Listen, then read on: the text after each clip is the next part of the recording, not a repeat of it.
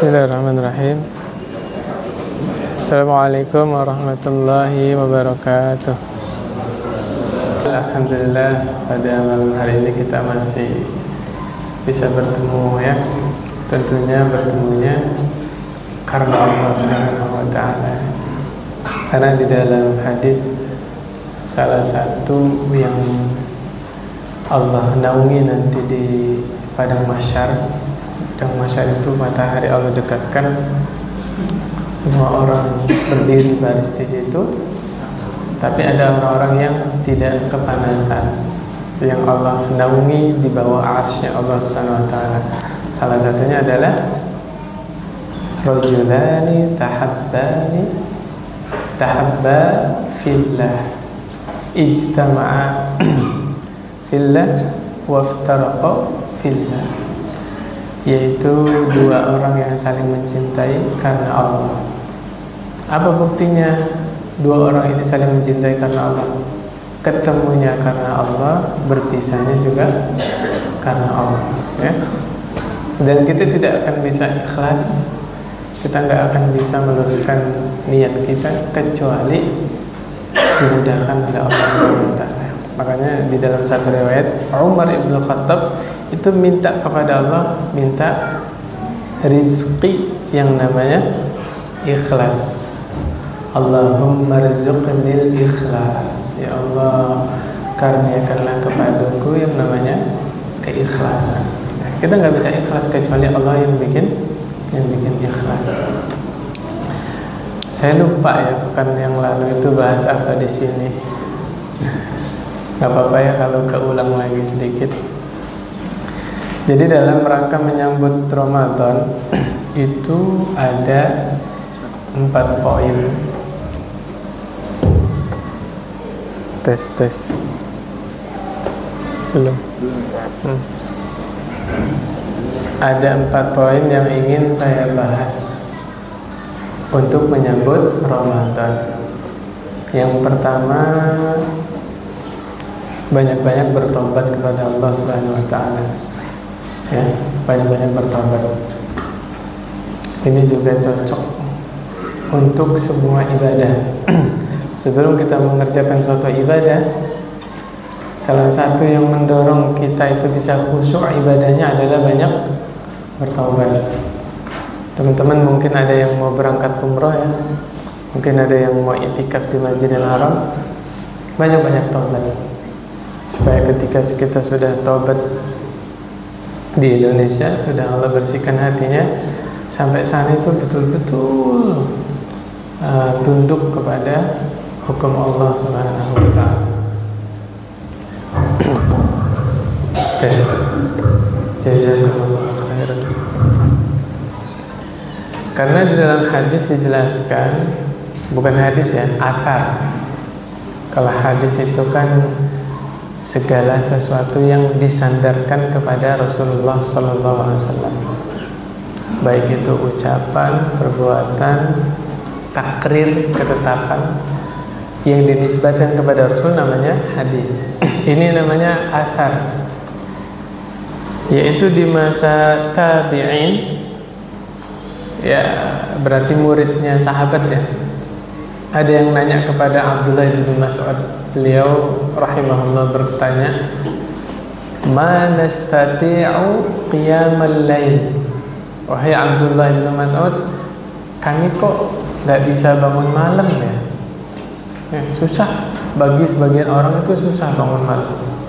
Mungkin sebagian orang sudah Allah mudahkan, sudah punya kebiasaan sebelum azan subuh sudah bangun. Terutama ibu-ibu ya, sekalian menyiapkan keperluan paginya, nyiapin kebutuhan anaknya, nyiapin kebutuhan suaminya ya, subhanallah. Maka ketika Abdullah bin Mas'ud dikeluhkan oleh seorang tabi'in, kok kita nggak bisa salat malam, Abdullah bin Mas'ud menjawab, aqadatkum dzunubukum, yang menghalangi kalian adalah dosa-dosa kalian. Itu jawaban yang satu kalimat tapi menyeluruh Kalau disebutnya jawami'ul kalim. Ya, Abdullah bin Mas'ud muridnya Nabi Muhammad SAW. Nabi Muhammad SAW punya mukjizat, diantaranya apa? Jawami'ul kalim. Jawami'ul kalim itu kalimatnya sedikit, tapi syarahnya, penjelasannya itu luar biasa, sangat lapang. Syekh Muhammad bin Shalih Al-Utsaimin pernah berkomentar tentang hadis da' ma yaribuka ila ma la yaribuka. Tinggalkan yang meragukan, kerjakan yang tidak meragukan. Itu kata beliau, Syekh Muhammad bin Shalih Al-Utsaimin. Ini satu hadis ini kalau dibikinkan kitab satu jilid, itu belum habis faedahnya ini. Saking jawami'ul kalim. Jawami'ul kalim itu apa tadi? Kalimatnya singkat tapi bisa disyarah, dijelaskan ribuan faedahnya. Subhanallah. Betul kata Abdullah bin Mas'ud, yang menghalangi kita ibadah kepada Allah adalah dosa-dosa yang kita kerjakan. Berarti kalau kita mau dibangunkan oleh Allah malam hari supaya bisa berdoa dengan Allah, salat malam atau baca Quran, syaratnya jangan berbuat dosa di siang hari. Nanti Allah mudahkan malamnya ibadah kepada Allah. Begitu juga siangnya, kalau pengen dimudahkan oleh Allah ibadah, jangan berbuat dosa di malam hari. Kita hidup sudah puluhan tahun di atas bumi. Kita bisa analisa, kita nggak bisa bohongi diri sendiri bahwa waktu itu saling berkaitan. Ya nggak? Sebagaimana amal soleh itu punya dampak positif, punya keberkahan, begitu juga dosa itu berdampak. Orang-orang soleh terdahulu itu, ulama terdahulu, dia bilang apa? Dosa yang saya kerjakan itu efek negatifnya bisa saya lihat dari perilaku istri saya, perilaku anak saya, perilaku pembantu saya, bahkan perilaku tunggangan saya, kendaraan. Itulah hati yang bersih itu seperti itu. Ketika istrinya membangkang, dia nggak salahkan istri. Dosa apa yang saya kerjakan sehingga mengakibatkan Allah gerakan hati istri saya supaya melawan saya? Subhanallah. Begitu juga ketika anaknya itu ngebantah orang tua, orang saya itu berpikir apa? Dosa apa yang dulu saya lakukan sehingga Allah menggerakkan hati anak saya kemudian durhaka kepada saya? Harusnya demikian seorang mukmin. Jadi ketika kita dapat musibah atau suatu masalah, yang pertama kali dia cari adalah solusi. Solusinya gimana nih?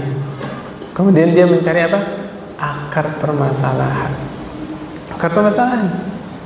Ketika Allah berfirman, fasanuyassiruhu lil yusra, ya kan? Itu sudah janji Allah Subhanahu wa taala. Orang-orang yang Allah janjikan masuk surga, di dunianya Allah mudahkan ibadah. Tapi jangan lupa ada ayat berikutnya apa? Fasanuyassiruhu lil usra. Ada orang yang mudah berbuat taat, ada orang yang mudah berbuat maksiat, ya. La haula wala quwwata illa billah. Ala kulli hal, kita semua ini adalah orang-orang yang berdosa, orang-orang yang banyak salah. Maka kewajiban kita adalah bertaubat. Ya? Lihat Nabi kita yang mulia bersabda, wallahi inni la astaghfirullaha wa atubu ilaihi fil yaumi aktsara min 70 marrah. Demi Allah, sungguh aku betul-betul beristighfar kepada Allah, bertaubat kepada Allah dalam sehari tidak kurang dari 70 kali. Ini siapa Pak? Nabi Muhammad sallallahu alaihi wasallam. Bismillah. Alhamdulillah. Padahal kalau kita baca keterangan, Rasulullah sallallahu alaihi wasallam adalah orang yang dosanya sudah Allah ampuni, yang telah lalu dan yang akan datang. Mana dalilnya? ketika Rasulullah SAW sholat malam, kakinya itu sampai, ya ada yang menerjemahkan bengkak, ada yang menerjemahkan pecah, ada yang menerjemahkan jadi keras. Tahu keras nggak? Kapalan, gara-gara saking lamanya berdiri sholat malam. Maka Aisyah nanya, ya Rasulullah, kenapa engkau bersusah payah sholat malam, padahal dosa-dosamu telah Allah ampuni yang lalu dan yang akan datang? Apa jawab Nabi? Itu jawaban yang paling indah ya, tahu? Afala akuna abdan syakuran? Tidak bolehkah aku menjadi hamba yang bersyukur? Allahu Akbar. Lihat, karena Nabi paham betul hamba-hamba Allah yang bersyukur itu sangat sedikit sekali. Kalau ditanya makhluk apa yang paling langka, jawabannya hamba-hamba Allah yang bersyukur. Kalau di surah Al-Mulk apa? Qalilan ma tashkurun. Di surat yang lain, wa qalilan min ibadiyasy syakur. Allah yang bilang hamba-hambaku yang bersyukur itu sangat sedikit, sangat sedikit. Sisanya hamba-hamba Allah yang memohon ampun, yang berbuat salah, bertobat, memohon ampun. Yang bersyukur sedikit. Apa itu? Siapa itu hamba yang bersyukur? Yang Allah kasih nikmat kepada dia, kemudian nikmat yang Allah kasih tadi dipakai buat mentaati Allah. Itu hamba yang bersyukur. Makanya surah Al-Qasas ayat 70 atau 77, saya lupa. Kata Allah Subhanahu wa taala, "Wabtaghi fima ataakallahu ad-daral akhirah wa la tansa nasibaka minad dunya." Dan carilah akhirat. Carinya pakai apa, Pak? Pakai fasilitas yang sudah Allah kasih, pakai nikmat yang sudah Allah kasih. Jadi pada dasarnya Allah kasih kita nikmat itu modal, Pak. Paham, Pak? Modal yang Allah kasih buat apa? Buat mencari akhirat. Nih biar nggak ini ya, ngajinya biar mantep. Ayat 77, Pak. Al-Qasas ayat 77. Saya ulangi ya, gimana kata Allah? Wabtaghi fima atakallahu ad-daral akhirah. Carilah akhirat dengan apa? Dengan sesuatu yang Allah berikan kepadamu. Ya. Modal yang Allah kasih itu apa, Pak? Tenaga, nafas, detak jantung, ya. Akal pikiran yang sehat, perasaan. Apa lagi, Pak? Ya tentunya yang paling dasar adalah iman. Ya kan? Itu modal dasar, itu Allah sudah kasih. Tinggal bagaimana kita mengembangkannya, bagaimana kita memberdayakannya, ya. Tapi nggak benar juga orang yang kerjaannya di masjid terus, sholat malam terus, baca Quran terus, sedangkan dia sudah punya anak istri. Orang yang seperti ini kena tipu daya syaitan, sehingga dia sibuk dengan hal yang sunnah, dia mengabaikan hal yang wajib. Saya tanya, Bapak capek-capek cari nafkah dari jam 7 sampai maghrib, berpahala tidak? Berpahala, itu ibadah itu, Pak.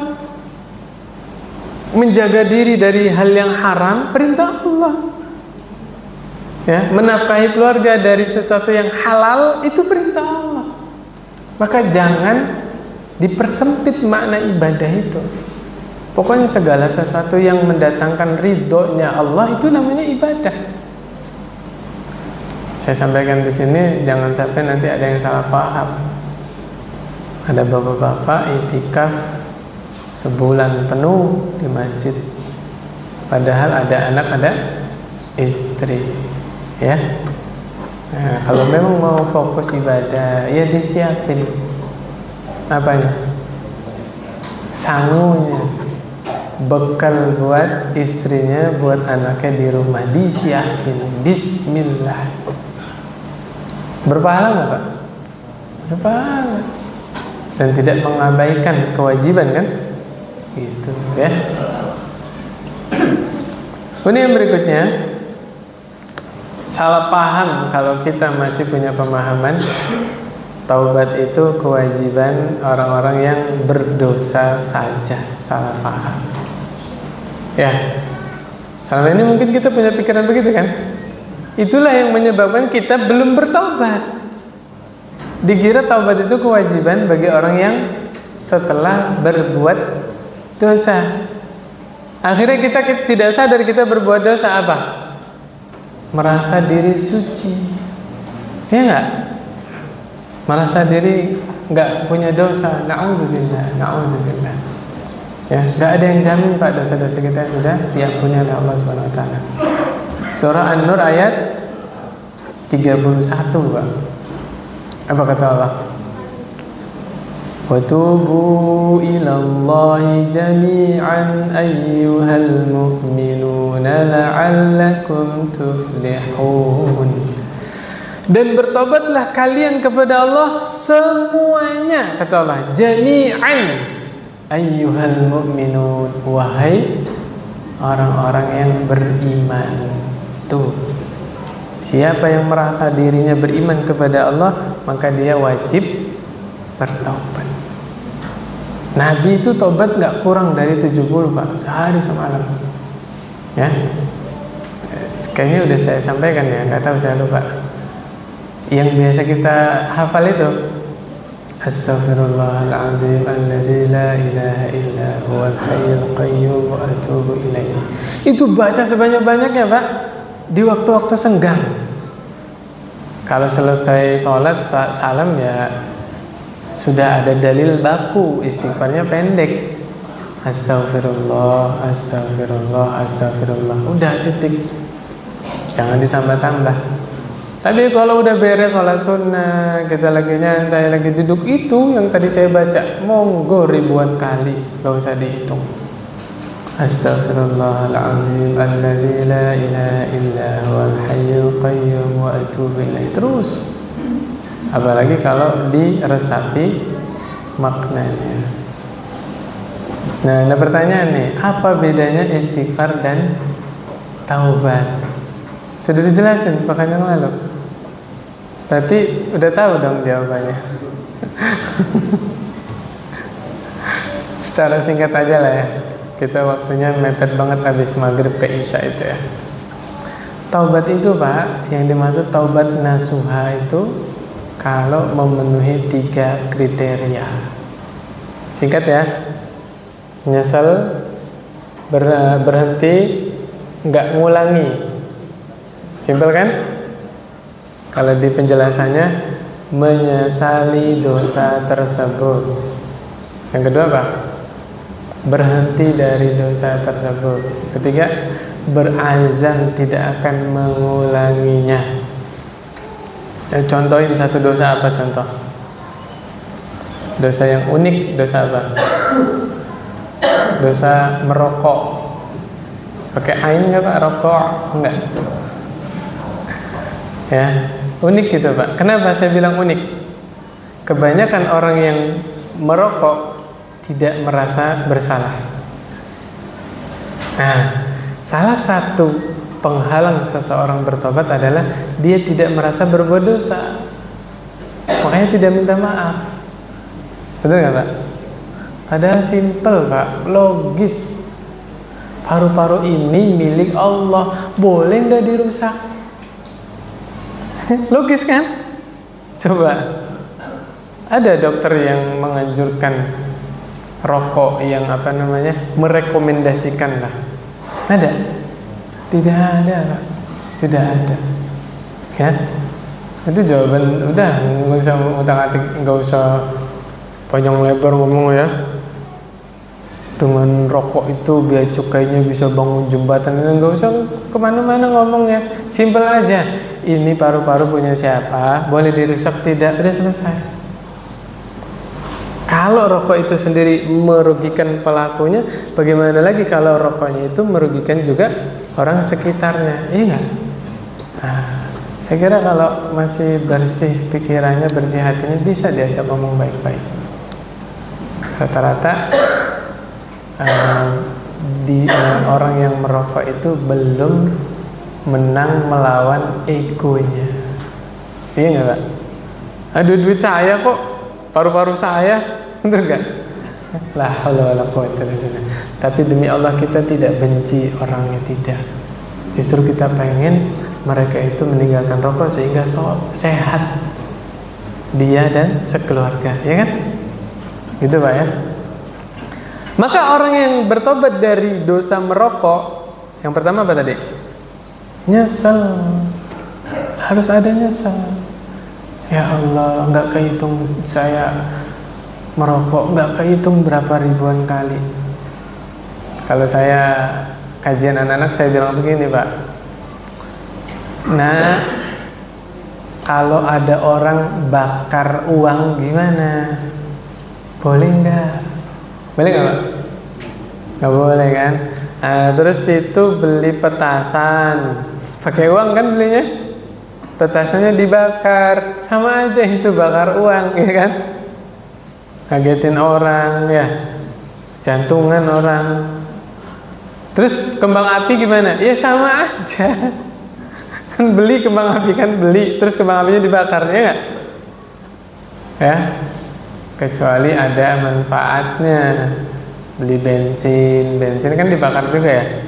Jadi kan ada manfaatnya. Ya, menimbulkan manfaat yang lain, itu beda, lain urusan. Arang dibakar kan, ada manfaatnya tidak? Ada, lain hal itu ya. Tapi kan ini kita bicara yang betul-betul sia-sia ya. Ini intermezzo dikit ya. Saya juga anak kecil dulu juga pernah main petasan dulu. Siang-siang Ramadan lagi main petasannya depan rumah orang. Petasan korek tau Pak? Sejedar keluar tuh orangnya. Lihat, wah anak kecil kurang ajar. Kamu kalau main petasan di rumah kamu sendiri sana. Polos Pak. Saya pulang main petasan depan rumah saya. Akhirnya saya dimarahin bapak saya sendiri. Allahu Akbar, la ilaha illallah. Ya anak kecil itu seperti itu ya, subhanallah. Ala kulli hal ya. Saya sudah tobat dari petasan, alhamdulillah. SD udah taubat, alhamdulillah. Ala kulli hal, begitu juga orang yang merokok. Ya. Coba 50 ribunya dibakar, boleh nggak? Dibeliin rokok, terus rokoknya dibakar kan? Subhanallah. Saya pernah ke Gojek itu, apa namanya? Ada orang bikin konten kayak dia ngedukung perokok gitu kan. Agak kesel juga nih saya. Di akhir kontennya apa? Rokok itu tidak membahayakan selama tidak dibakar katanya. Oh iya juga ya. Benar. Selama tidak dibakar ya. Pokoknya nyimpen rokok tapi jangan dibakar. Itu nggak membahayain ya. Subhanallah. Oke, kita lanjut ya. Di sini saya ingin sampaikan bahayanya orang-orang yang menunda taubat. Bahaya sekali. Gara-gara apa? Allah sudah bikin contoh yang betul-betul yang dahsyat yang Allah abadikan di dalam surah Yunus ayat 90. Itu nyesek banget Pak. Orang ini sebelum meninggal Allah bikin dia bisa melafazkan tahlil, dia bisa bersyahadat. Siapa orangnya Pak? Fir'aun. Subhanallah.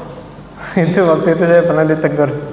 Jadi waktu saya bikin status WhatsApp ya, Fir'aun itu sebelum meninggal mengucapkan syahadat, dijapri saya sama orang. Yes, orang lah pokoknya ya. Gak mungkin kambing kan, gak mungkin. Pasti orang yang japri. Ustadz, mana ada Fir'aun bersyahadat? Kalau sebelum meninggal syahadat ya Muslim dong gitu. Saya nggak banyak ngomong.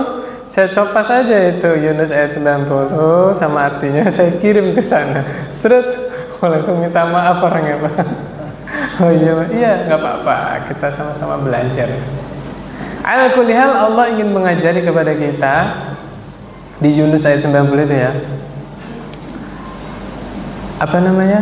Sakaratul maut itu bukan perkara yang kita bayangkan sangat sempit sehingga orang sulit mengatakan apapun, tidak. Ini juga membantah orang yang nalqin. Tahu talqin, Pak? Yang menjelang wafat kan ditalqin la ilaha illallah. Kata orang yang tanda kurung ya, suudzon, kepanjangan la ilaha illallah, udah ditalqin aja Allah Allah. Teman SD saya bilang begitu, khawatir pas bilang la ilaha mati, Pak. Apa artinya? Tidak ada Tuhan, malah jadi ateis. Saya bilang itu suudzon, Pak, overthinking, negative thinking. Nabi yang nyuruh laqinu mautakum la ilaha illallah. Nah, ini juga ada yang salah paham. Kirain mautakum itu artinya apa? Mayat. Mautakum, mayat kalian. Akhirnya sebagian orang, kita nggak pukul rata ya, sebagian orang ada yang mentalkin jenazah di kuburan. Pernah lihat, Pak? Selesai prosesi pemakaman, ustadznya di situ ngebisikin kuburannya itu. Apabila dikatakan kepadamu ya wa idza qila laka man rabbuka wa qur Rabbi Allah. Ada kan juga? Apabila dikatakan ma dinuka wa qul Islam. Apabila ditanyakan siapa nabimu, Muhammad sallallahu alaihi wasallam. Ada kan gitu kan? Bisa dituntun kayak gitu, Pak, diajarin. Makanya lihat penjelasan ulama, yang dimaksud laqinu mautakum adalah talqinkan calon mati kalian. Maksudnya apa? Orang yang sedang sakaratul maut, itu maksudnya, Pak. Makanya ada lagi hadis yang lain ya, tapi dicek lagi sanadnya sahih atau dhaif. Iqra'u Yasin mautakum, ada itu juga. Bacakan surah Yasin. Nah, mautakum di situ bukan mayat, bukan jenazah, calon mayat. Berarti orang yang lagi sakaratul maut. Bermanfaat dibacain Al-Quran, bermanfaat. Apa kata Allah? Wa idza quri'al Qur'anu fastami'u lahu wa ansitu la'allakum turhamun. Apabila dibacakan Al-Quran, diam, dengarkan, nanti dapat rahmat.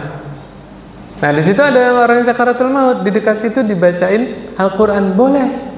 Mudah-mudahan dengan sebab baca Al-Quran itu Allah turunkan rahmat, ya kan? Itu. Jadi misalnya di sini ada apa yang lagi sakarat, nih sebelah sini baca Al-Quran. Gak mesti Yasin, Yasin monggo silakan. Pokoknya Al-Quran apa aja. Yasin habis, lanjut aja ke surat berikutnya. As-Saffat kalau nggak salah ya. Terus surat Fatir, terus dilanjutin. Nah, yang di dekat telinganya ditalkin la ilaha illallah. Dengan harapan masuk hadis man akhiru kalamihi la ilaha illallah dakhalal jannah. Siapa yang akhir ucapannya la ilaha illallah masuk. Terus gimana orang yang sakaratul maut gak bisa ngomong apa-apa? Ada kan kasusnya, dan banyak itu meninggal. Ya kita husnuzon, kita lihat track record dia. Kalau selama ini dia KTP-nya Islam, ya kan? Sholat 5 waktu, puasa juga di Ramadan, ya kan? Ya sudah, dia saudara kita. Gitu. Kita sholati, ya. Kita rawat jenazahnya sebagaimana jenazah seorang muslim. Gitu, Pak, ya. Jangan suudzon. Ya, subhanallah. Nah, jadi itu, Pak, ya, poinnya. Jadi gini. Kita ambil kesimpulan tadi apa? Sakaratul maut ternyata waktunya masih panjang antara nyawa di tenggorokan sampai dia meninggal, ya kan? Bisa tuh melafazkan macam-macam. Maka mulai sekarang kalau ada yang sakit keras, talqinnya bagaimana? La ilaha illallah. Nggak cukup Allah saja, Pak. Nggak cukup. Karena lafaz Allah sama kalimat la ilaha illallah itu beda maknanya. Coba saya tanya, orang Kristen boleh nyebut Allah? Boleh.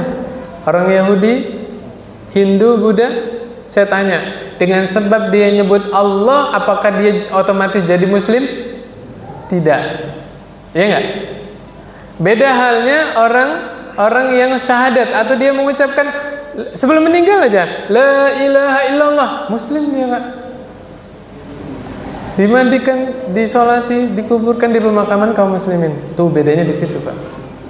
Karena ada makna yang terkandung.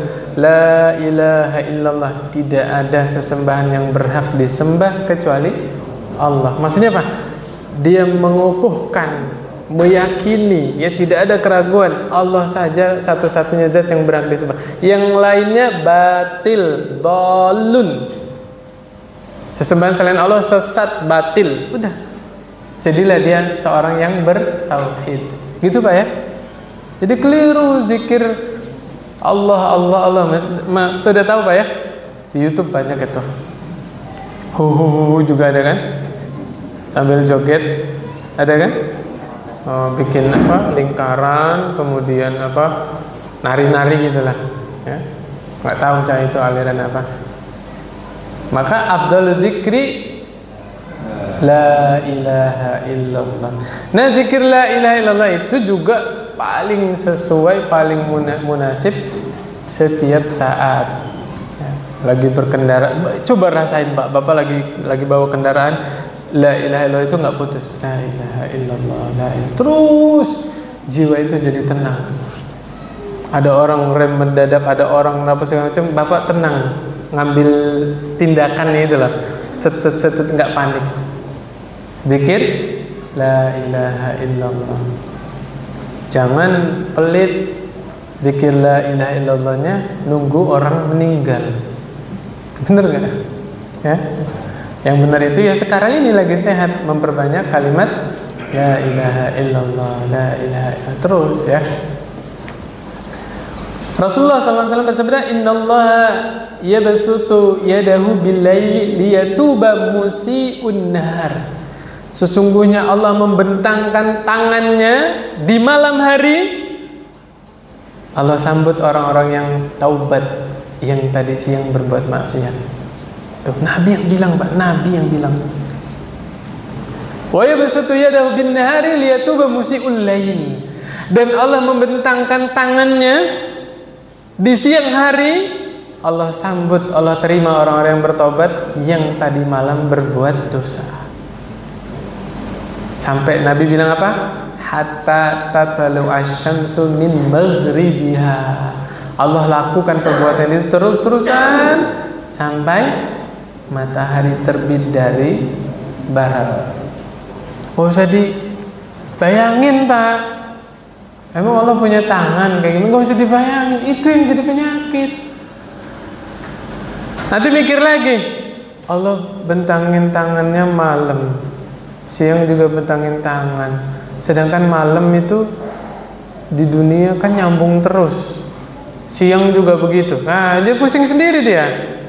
Ya enggak? Ini hadis, denger, imani, taubat, beres. Ya enggak? Harusnya kan begitu ya.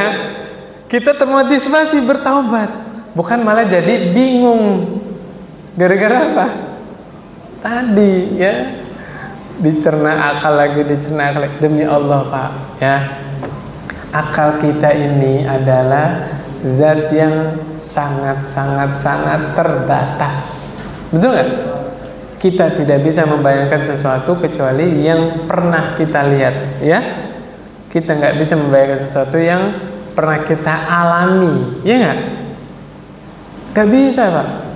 Sebagai contoh, saya dapat materi dari pondok, Pak. Sebagai contoh, ada 5 orang buta dari lahir, Pak. Orang buta, nggak tahu kehidupan nyata dunia itu, nggak tahu. Dari lahir buta.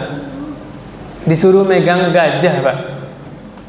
Yang satu megang kukunya, yang satu megang belalainya, yang satu megang gadingnya, yang satu megang badannya.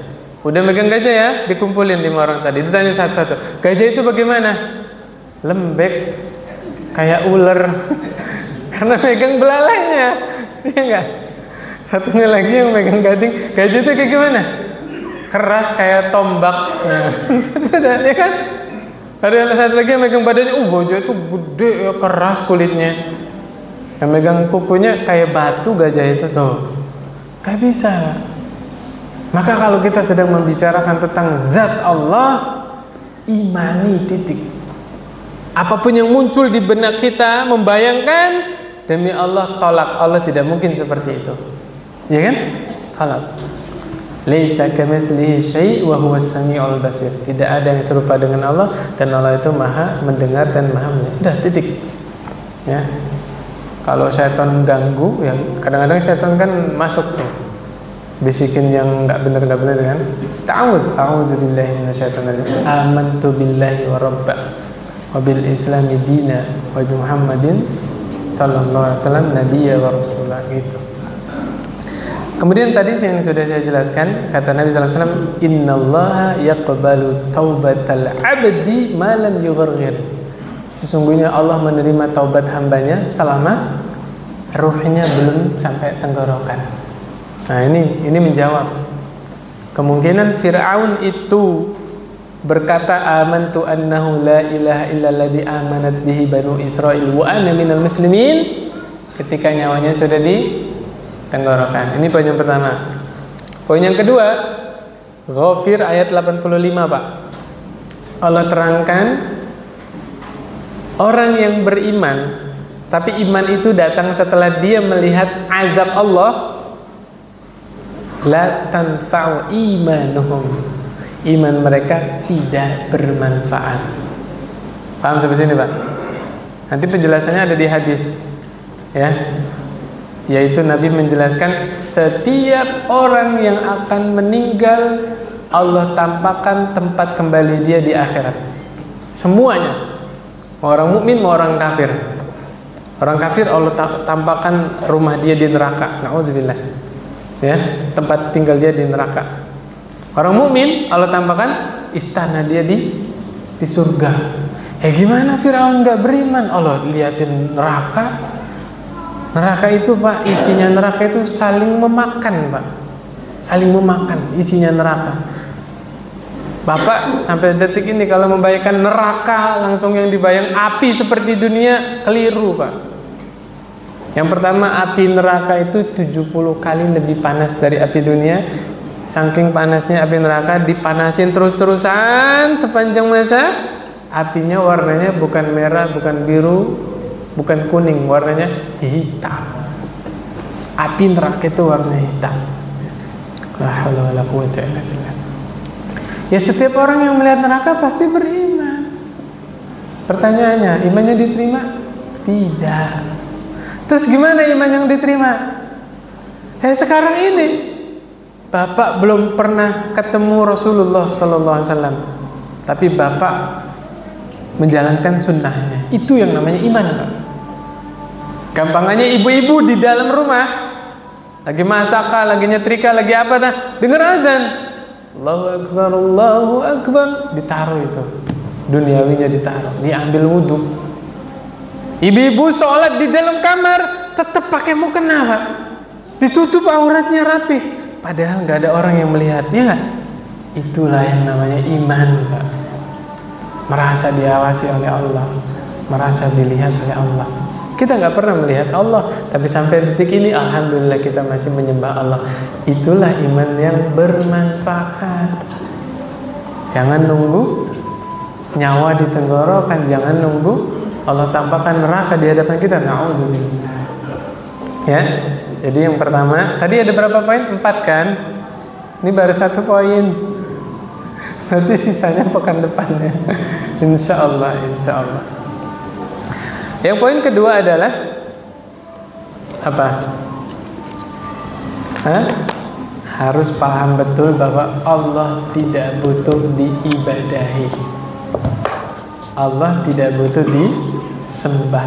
Allah tidak butuh makhluk. Ini nih suka Wahabi dituduh Kalau Allah bersemayam di atas arsy, berarti Allah butuh arsy. Lah siapa yang ngomong? Pernah nggak kita ngomong begitu?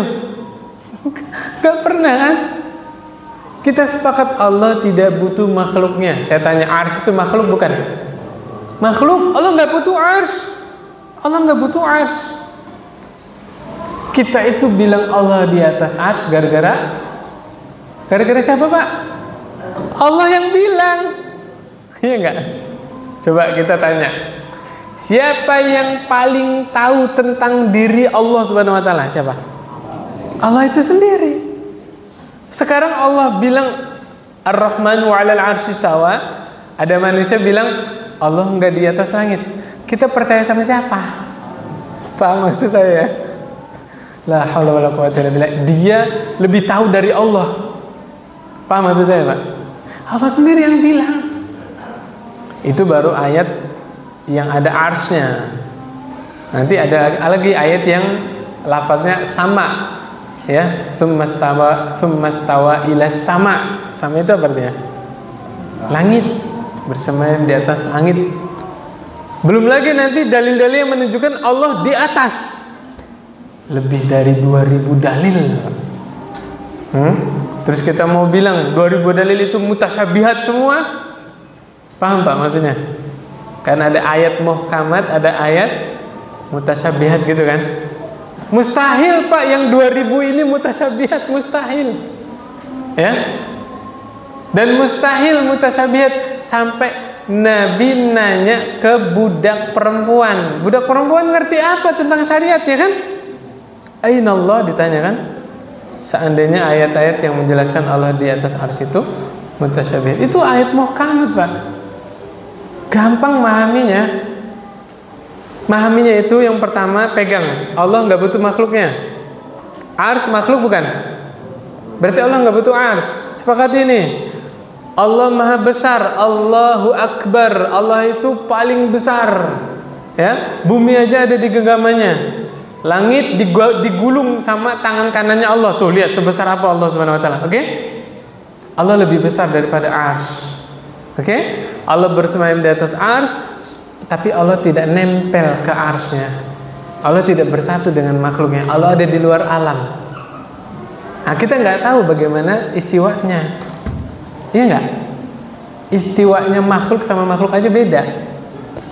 Saya makhluk nih Pak. Saya istiwa di atas kursi. Saya wajib kursinya lebih gede daripada saya. Iya nggak? Kalau kursinya lebih kecil dari saya jatuh. Itu makhluk. Bapak lihat apa namanya? Jadwal sholat abadi. Tahu di sebagian masjid ada ya. Pokoknya zuhurnya dari situ, dari dulu jamnya segitu aja. Di situ ada kalimat apa? Waktu istiwa. Pernah lihat nggak? Ada waktu istiwa. Maksudnya waktu apa? Matahari betul-betul di atas kepala kita. Nah, itu disebut apa? Istiwa. Istiwanya matahari di atas bumi nempel nggak sama bumi? Nah, enggak. Jauh nggak? Jauh.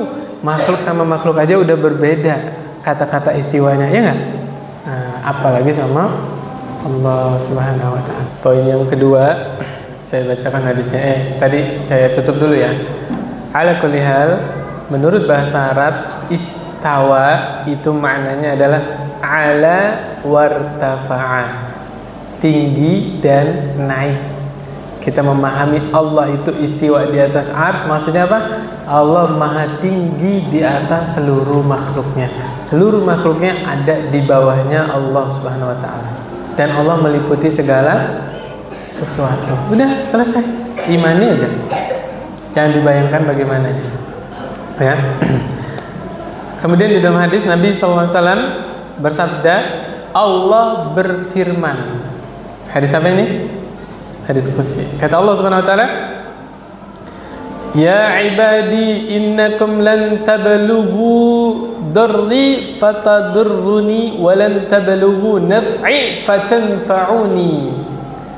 Wahai hamba-hambaku, kalian tidak akan mampu memudaratkanku dan kalian juga tidak akan mampu memberi manfaat kepadaku. Lihat, apa ini maksudnya?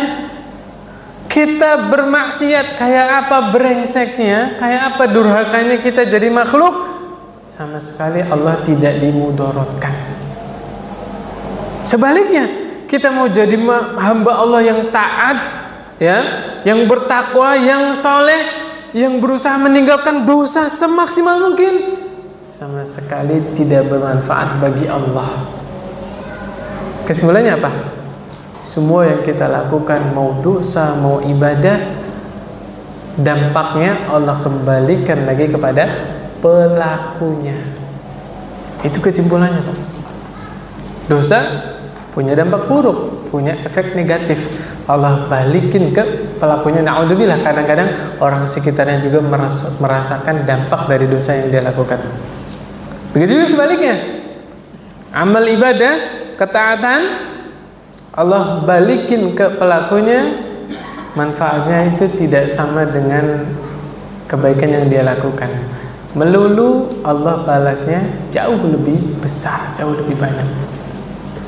Minimal berapa? 10 kebaikan. Itu sudah jadi aturan dari Allah. Man jaa bil hasanah falahu asyru amsalihha.